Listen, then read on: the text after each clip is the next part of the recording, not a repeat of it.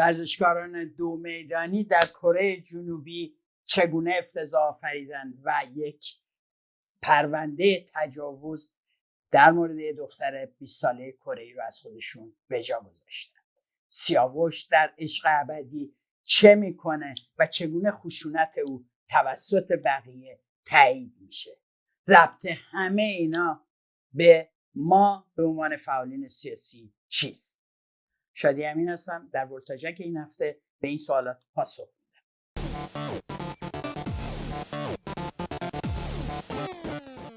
حتما همتون شنیدین که تیم دو میدانی ایران که برای بازی‌های آسیایی فینال مسابقات آسیایی به کره جنوبی رفته بود، در شهر گومی مربی به همراه 2 تا از اعضای تیمش به دختر کره‌ای در هتلش تجاوز کردن. ماجرا از این قراره که این دختر در یک بار یا به قول اینها میخانه با یکی از این ورزشکاران آشنا میشه، به همراهش به هتل میره و بعداً سر کله 3 نفر دیگه پیدا میشه و در واقع یک تجاوز گروهی 3 نفره رو علیه این دختر سامان میدن و دختر موفق میشه در یک لحظه‌ای که در حمام اتاق اون هتل بوده، هتلی که ورزشکاران ایرانی در اونجا اقامت داشتن، حراست در اونجا بوده، مربی‌ها اونجا بودن و علاوه بر 15 نفر تیم دو میدانی و تیم آتلت ایرانی 8 نفر دیگه هم برای مراقبت و کنترل روابط اینا همراهشون بودن. 등 3명이 한국 여성을 성폭행한 혐의로 경찰에 붙잡혔습니다. 경찰에 따르면 오늘 오전 7시쯤 경북 구미의 한 호텔에서 20대 여성이 이란 육상 선수 등에게 성폭행당했다고 신고가 접수됐습니다. 현장에 출동한 경찰은 وقتی پای سفارت ایران در کره جنوبی به قضیه کشیده شد، فدراسیون دو میدانی هم بیانیه منتشر کرد و از رفتار ناشایست اعضای تیم ملی حرف زد. رفتار ناشایست مثلا شما اگه غذا هم بخوری بریزی رو لباست جلو بقیه، کنترل نکنی، لقمه‌های گنده برداری، میتونه به عنوان رفتار ناشایست قلمداد بشه. شانسی که دختر کره جنوبی آورده اینه که طبق قوانین کره جنوبی اونها محاکمه و مجازات خواهند شد و امیدوارم حجم معاملات اقتصادی با کره جنوبی باعث نشه که کره جنوبی کوتاه بیاد و این مردان متجاوز رو که اگر این اتفاق لو نمیرفت، اگر اون دختر تماس نمیگرفت با پلیس و اگر اینا دستگیر نمیشدن و مطبوعات کره جنوبی نمی نوشتن راجبش، برمیگشتن و حلقه های گل به گردنشون میافتاد و در خانواده و فامیل و اردوهای ملی دوباره به همون کارها ادامه میدادن، همونطور که احسان حدادی پرونده تجاوز در اردو به یک ورزشکار زن رو داره و البته پرونده بسته شد. پارتی بازی. اما ربط این اتفاق به ماجرای سیاوش تو عشق ابدی، رابطه و رفتار سیاوش و سیاوش ها در عشق ابدی چیه؟ وقتی میزنه رو میز میگه خفه شو! یک لحظه جیغ میزنم خفه شو. دوست دارم اینقدر تو حرف بقیه نپر ترانه، اینقدر تو حرف بقیه نپر. زد تو صورتم. و چنین رفتاری رو از خودش نشون میده و تمام آدم ها میان و بحث میکنن که بالاخره دستش خورد به صورت ترانه یا نخورد، حق داشت عصبی بشه یا حق نداشت، پسر خوبیه لحظه‌ای بوده یا نبوده و هیچ کس نمیگه بدون قید و شرط باید هر گونه خشونتی علیه زنان رو متوقف کرد، علیهش موضع گرفت و خشونتگران رو از اجتماعات و روابط خودمون طرد بکنیم. این آقایون دو میدانی که معلوم نیست رفته بودن اونجا بدوئن، با آلت جنسیشون شروع کردن به دویدن، تربیت یک فرهنگ معینی هستن به اسم فرهنگ تحقیر زنان و دیدن اونها به عنوان سوژه جنسی. همون نگاهی که حجاب اجباری رو تو ایران معمول کرد. همون نگاهی که موضوع پذیرش 46 سال حجاب اجباری رو توسط مردان ایرانی ممکن کرد، همون نگاهی که عدم حضور زنان در استادیوم رو توجیه کرد، همون نگاهی که در انقلاب ژینا، در جنبش اخیر زن زندگی آزادی تحمل شنیدن زن زندگی آزادی رو نداشت، همون نگاهی که با شعارهایی که آلت مردانه رو محور داستان قرار میده، باهاش حمله میکنه به خواهر مادر بسیجی، باهاش حمله میکنه به من شادی امین، باهاش حمله میکنه و اینقدر حمله توسط اون آلت کریهش رو عادی سازی میکنه که وقتی هم رخ میده خیلی ها میگن میخواست اونجوری نپوشه، میخواست اون حرف رو نزنه، میخواست اون کار رو نکنه، میخواست اونجا نباشه تا این اتفاق نیفته. اما فقط در حیطه ورزش و مد و غیره نیست که ما از این نمونه ها داریم. ما محسن نامجو معرف حضور همتون هست، بعد از اینکه روشن شد به چندین زن خشونت جنسی وارد کرده، وقتی که این زنها اومدن و حرف زدن، اومد لپتاپشو گرفت دستشو نشست و عذرخواهی کرد. اما بعدن که دید نه، فضا اونقدر هم به نفع این زنان نیست، چرا من عذرخواهی کنم؟ یک فایل صوتی منتشر شده از او نشون داد که علیرغم اینکه ظاهرا عذرخواهی کرده، هرچند که کافی نبود، اما در اون فایل صوتی میبینیم که نگفتن زنان رو به ناز و عشوه‌شون، به نوعی درخواست کردن و میلشون وامیسپره و به این معنی خودش رو تبرئه میکنه. میگه گفتن نه، ولی تو فرهنگ ما نه معنی نمیده از سوی زنان. باید قیچی میگرفتن، میبریدنش که شما بفهمید اینو نمیخوان. و منی که در اون دوره در مورد افشای آزار جنسی محسن نامجو حرف زده بودم، با چه کلماتی همچنان پس از چند سال با پیام‌های او بمبارون میشن. ببینید چی میگه، ببینید چی می‌نویسه، این صدای خودشه. خجالت نمیکشی جایزه که به واسطش یه سری جوان تو ایران کشته شدن و دارن دار میزنن، تو جایزه تو میگیری تو بغلت اونجا وای میستی، انت نمیگیره از خودت؟ ها؟ اون جایزه رو بکن تو کونت، مادر جنده.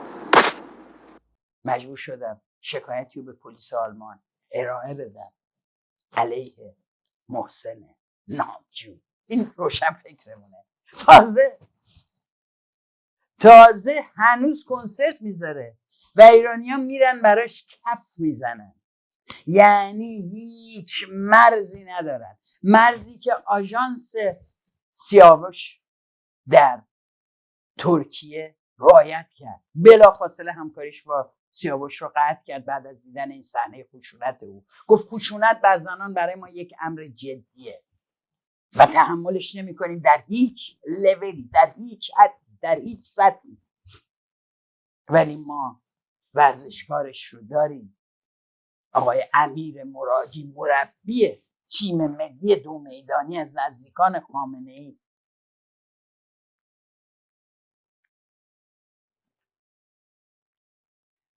جزو تیم تجاوز هم هست، تیم در تیم. اینا همونایی هستن که تو ایران وامیستن اعدام رو تماشا میکنن، سکوت میکنن. اینا همونایی هستن که اگه وقتش بشه از همه نوع اخلاق و غیره دفاع میکنن و تحت عنوان دفاع از همین اخلاقیات زنها رو تو کیسه میکنن. ببینید چند کیلومتر که دور میشن سر از میخانه در میارن و اونجا با دخترها آشنا میشن و میبرنشون هتل و وقتی فکر میکنن کسی نمیبینه و روز آخر دیگه کارمونو بکنیم بریم، در روز اختتامیه بازی ها نشون میدن که چگونه در جمهوری اسلامی خشونت علیه زنان عادی سازی شده. ببینید شهرام ماکویشونه تو خارج از کشوره. ببینید چگونه پرونده خشونتش علیه همسر سابقش بیرون میاد، چگونه عدم رعایت اخلاق حرفه‌ای در سر کارش در کلینیک و علیه بیمارانش بیرون میاد. پرونده هایی که او را محکوم کردن. یعنی ادعای ما نیست، ولی ببینید چجوری باهاش مصاحبه میکنن. ایران اینترنشنال باهاش مصاحبه میکنه و او رو به عنوان یک فرد معمولی، نه یک متهم به آزار و خشونت علیه زنان و زن ستیز که خودش در ویدیویی بهش اعتراف کرده میکنه.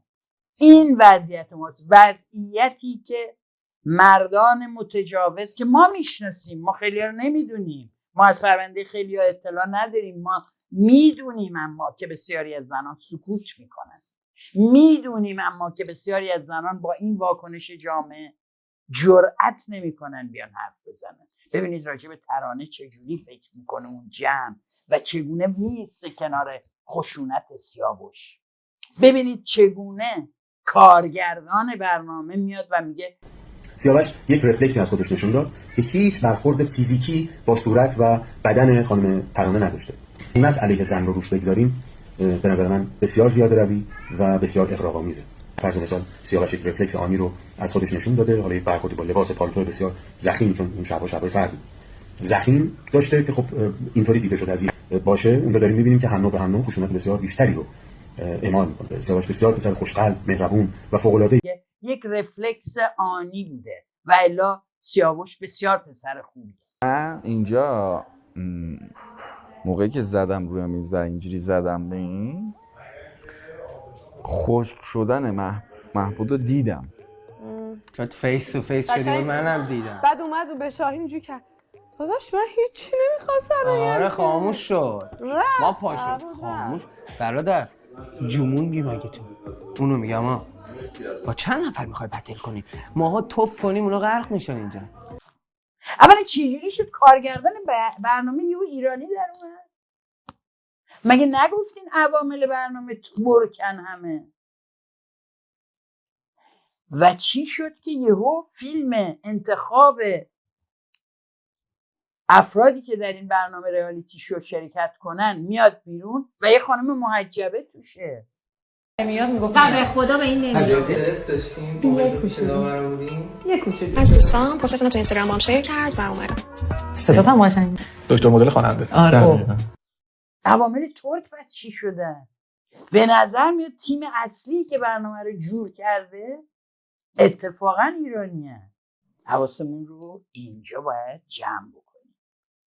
چه کسانی سود میبرن از این که 4 میلیون نفر از کسانی که دسترسی به اینترنت دارن در جامعه ایران، چه در داخل ایران چه در خارج از کشور، روزی 2 ساعت بشینن هجویات یک رئالیتی شو رو نگاه بکنن، به جای اینکه به وضعیت زندگی خودشون فکر بکنن، بشینن زندگی های داغون و برهم ریخته حاضرین در اون رئالیتی شو رو نظاره بکنن و دعواشون رو سر یافتن عشق ابدی.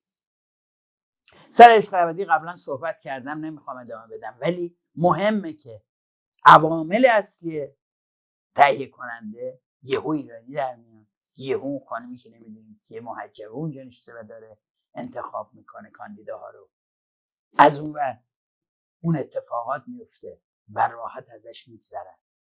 با یه شرکت ایشون در یک لایو اینستاگرامی که آقای سیاوش بهش فرصت داده بشه بگه اگر، دقت کنید، اگر من با این کارم داد زدنم نمیدونم فلان و غیره باعث زنده شدن ترامای یه عده شدم، متاسفم عذرخواهی میکنم. آقا شما غلط کردی، اصلا با ترانه اون کار کردی. یکی باید بگه شما غلط میکنی، اون صدا تو بالا میبری، اون دهن رو ببندید، یاد بگیرید که اجازه ندارید با زنها این رفتار رو بکنید. جرأت داشتی این رفتار رو با یه نفر تو خیابون بکنی؟ همچی میزنن لنگه خودت که ندونی از کجا خوردی. شما با زنان این کارو میکنید. دقت کنید دائم در رسانه در همه جا مردان دارن به عنوان عقل کل آدم‌های منطقی رهبران به خورد ما میدن، زنان رو تحقیر میکنن. قیافه زنان دائم داره توسط فعالین سیاسی به سخره گرفته میشه. ببینید ایرج مصداقی وقتی راجع به من حرف میزنه چیا میگه؟ از دماغم تا دهنم تا چشمم تا چونه و تا لبخندم و دندونم مورد نفرت اوست. زن بیزاری امری نیست که ما بتونیم چشمون رو بهش ببندیم. مبلغین این امر همونایی هستن که سکوت میکنن در مقابل این خشونت ها. خودشون در خلوت احتمالاً درگیرن، مردان مشغول به کارن. اما زنان هم در همدستی با این موج خشونت ها کم نقش ندارن. زنای مستأصلی که هیچ راهی جز نزدیکی به مردان و حمایت از مردان نمیبینن برای اینکه بتونن جان به در ببرن، برای اینکه مورد تحقیر قرار نگیرن، جزئی از تیم تحقیر کننده میشن. ببینید چند تا شده بی آزار میشن برای جامعه مردانه. اولین جمله هم که میگن اینه که من فمینیست نیستم. فمینیسم اون آژیری است که گوش مردان رو در میاره. آژیر خطری است برای زنان، برای اینکه ببینن مناسبات قدرت مردانه رو، ببینن کثافت مرد سالاری رو.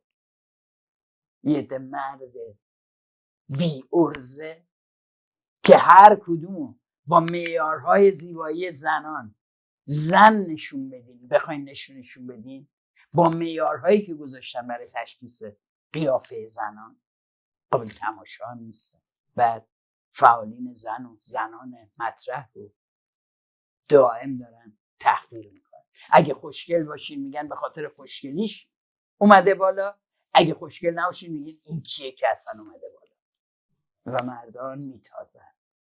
مردای ورزشکاری که قرار گرسنگی جنسی تحمل کنن تا خوب بدون، در آخرین روز دیگه خیلی مثل که بهشون زور اومده بود. و این اون نکته است که خیلی‌ها توی کامنت ها نوشتن که خب حالا آبروی ایران رو بردن، اینقدر مطرح نکنید. یعنی این آبروی ایران میتونه حق و حقوق یک زن کره‌ای رو زیر بگیره. ایرانی هستی، سیاه‌نمایی نکنید. اون قدر هم وضع بد نیست. مرد ایرانی همشون هم متجاوز نیستن. کوچیک نکنید موضوع.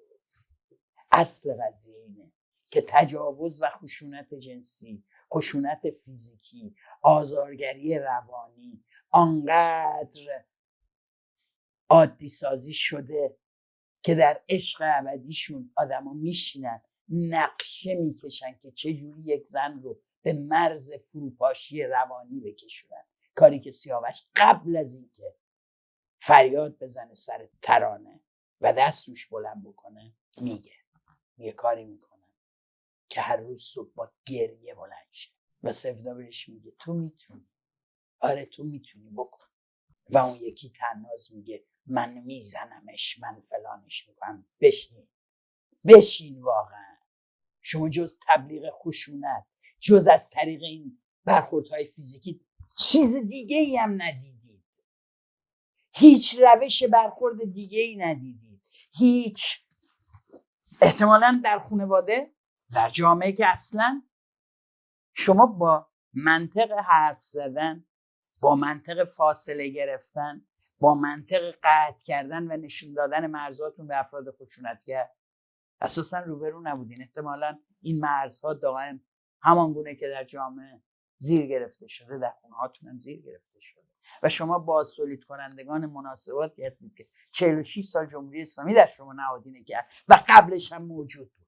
برید فیلم فارسی های قبل از انقلاب رو ببینید. یه جوری هم برخورد نکنیم انگار جمهوری اسلامی اومد یهو فرهنگ و عظمت و شکوه ما از این رو به اون رو شد. نخیر، جمهوری اسلامی ادامه همان کثافتی که بناش در قوانین زمان شاه و در روحیات و خلقیات جامعه وجود داشت.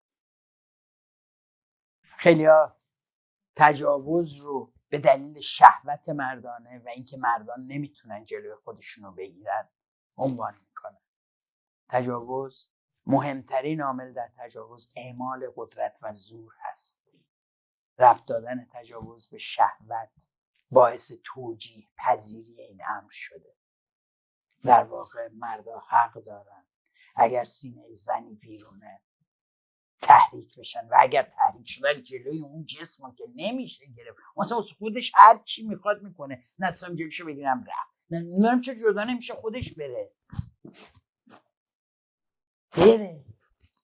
هر کاری میخواد بکنه و ببینم زورشو داره تکی بره یا به اعتبار چسبیدنش به یک بدن کری و مغز کری تر میتونه این کار بکنه در جوامعی که امکان دادن که این مردان آنچه میخواهند بکنند و هیچ کس جلودارشون نباشه، کمان که سعید طوسی رو کسی جلودارش نبود، کمان که بقیه مردان در قدرت و خارج از قدرت و کسی جلودارشون نیست. وقتی از مردسالاری حرف میزنیم، وقتی از قدرت تجاوزگری مردان در جامعه حرف میزنیم و از اینکه جامعه چرا سکوت میکنه، چرا زنها در بسیاری از موارد رضایت میدن یا به عنوان خواهر و مادر فرد قربانی همراهی نمیکنن و سعی میکنن توجیهی گیر بیارن و قربانی رو نکوهش بکنن، برمیخوریم به اسطوره حیات مستقل آلت جنسی مردان. یعنی اون آلت جنسی مردان رو بهش میگن حیات مستقل داره. چه جوری؟ یا رو میگیرنش. ببینید اون کسی که به بچه 2 ساله چند وقت پیش تجاوز کرد و بچه مرد به دلیل خونریزی ناشی از جراحات این تجاوز، فقط برای اینکه داشته از دم در اتاق بچه رد میشده و بچه دمر خوابیده بوده و ایشون میره و بهش تجاوز میکنه. بچه دوست دخترش بود. خیلی هم توی مطبوعات ایران صدا کرد. متهم به تجاوز کسی که دستگیر شده بود گفت نتونستم جلوش رو بگیرم. در واقع اون جلوش رو نمیشه گرفت. اون آلت جنسیه غیر قابل کنترله، اختیارش دستشون نیست. به او حیات مستقلی میدن. او میتواند فکر کند که میخواهد و تجاوز کند. او میتواند فکر کند که میخواهد و بره دنبال کسی. او مغز متفکر بسیاری از مردانه. براشون تصمیم میگیره کی تجاوز بکنن، کی چه کاری بکنن. و این تصویر حیات مستقل دادن به آلت جنسی برای او شخصیت مستقلی هم میاره. بسیاری از رفتارهای مردان به آلت جنسی مردان نسبت داده میشه. توانایی‌هاش، سرکشی‌هاش، ببینید عصبانی که میشن. دقیقاً حتی وقتی علیه فعالین زن روشن فکرانش به اصطلاح حرف میزنن، دقیقاً نقطه حرکتشون همین. برای من خشونت سیاوش علیه ترانه در جلوی دوربین ها و پخشش توسط شرکت سازنده و دفاعشون از این خشونت و دفاع اون آدما و سکوت زنان و مردان حاضر در اونجا در مقابل این خشونت یادآور خاطره تلخی است که از حضور یک مرد در فضای فعالیت سیاسی مثل ایرج مصداقی در فعالیت‌های جنبش زنان داریم. وقتی ایرج مصداقی حملاتش به من رو آغاز کرد، دیگران از ترس اینکه شامل این حملات نشن کنارش موندن. برای اینکه ارعابی که ایجاد میکنه باعث میشه عده‌ای سکوت کنن. ارعابی که ایجاد میکنه باعث میشه عده‌ای بگن حمله به سوی ما نیاد، ما کامفورت زون یا منطقه امن خودمون رو حفظ کنیم. این تأثیر روانی خشونت در فضای عمومی. تنها گذاشتن قربانیان فقط به تشویق فرد متجاوز و فرد خشونتگر منجر میشه. تکرار و تکرار و تکرار. دائما تو هر جایی ببینید در عملکرد و توضیح و اظهارات مردان کری که به اسم اینفلوئنسر، هنرمند، نویسنده و فعال سیاسی کار میکنن نمونه‌هاشو میبینیم. ببینید آیسان اسلامی، فردی که بارها اظهارات ضد زنش، تشویقش برای بریدن سر زنان مطرح شده، اومده از اون عذرخواهی‌های الکی که آقای سیاوش کرد، که آقای نامجو کرد، اینم کرده. وقتی فشار بهش اومده گفته من معذرت میخوام که خواهرامو ناراحت کردم. همین در مورد تجاوز ورزشکاران به یک زن میگه دختر خارجی بوده، حالا چی شده؟ بعدم میگه آنتنشون بلند شده بود، یا با واژه‌های دیگه‌ای که راجع به این موضوع حرف میزنه. دیشب ساعت 10:30 شب تو هتل خواب پریدم برم دستشویی، یهو دیدم این استوری آقا جواد کاظمیان رو دیدم نوشته، بهش وایس دادم گفتم جواد جان چی شده اینو نوشتی؟ گفت وایسان جان 3-4 تا ورزشکار توی کره میسین که دختر آوردن تو خونه، حالا بعد چه دختر خارجی، بعد الان من نمیدونم چرا همه فاز غیرت روی سوسانو و اوشین کره‌ای گرفتن، حالا 3 تا ایرانی بودن با آنتن اینا بلند شد میسین که دختر رو آوردن تو خونه، بعد به دخترم میسین که از این خارجی کاسب بود، بعد آخر دختر دیدین فکر چی هستن اینا، اومد جیغ و داد بازی در آورد. خارج هم که میدونی که اول زن بعد سگ بعد مرد، یعنی مرد خواهی باقر. اینم ورزشکار بود داداشی. بعد دیدم به من یه وایس داد، جواد کاظمیان قدیمی پیشکسوت فوتبال رفیق شیش علی کریمیه، مگه شما علی کریمی رو دوست ندارین؟ قهرمان ما نیست مگه؟ جواد تجربه نشون داده مردان حتی در این موضوع هم بسته هستن و اونجایی که لازم باشه پشت هم وامیستن، پول وکیل هم دیگر رو میدن، تبلیغات ضد قربانی رو با هم سازمان میدن و در نهایت تحت عنوان اینکه کی میدونه چی شده سرتای قضیه رو هم میارن و وجه اجتماعی اون مرد رو نمیذارن کوچکترین آسیبی بخوره و بالعکس زنی که صداش در اومده رو آنچنان میکنن تا زنای دیگه یاد بگیرن سکوت کنن. آدم راجع به این چیزا که حرف نمیزنه، حالا که چی شده که شده، اتفاق افتاده و به این ترتیب زنان بسیاری سالها سکوت میکنن. اگر این سکوت شکستشه معلوم نیست از زیر کراوات و یقه کی میزنه بیرون تجاوزگر. جلوی این چرخه باید گرفته بشه، نه فقط با طرد کسانی که پرونده دارن در مورد تجاوز و خشونت علیه زنان و دختران، بلکه هر حرکت و صدایی، هر اخلاق و هر رفتاری که میتونه فرهنگ تجاوز رو گسترش بده، میتونه فرهنگ تجاوز رو بازتولید بکنه، میباید جلوش ایستاد. با جدیت، با حساسیت و با قدرت.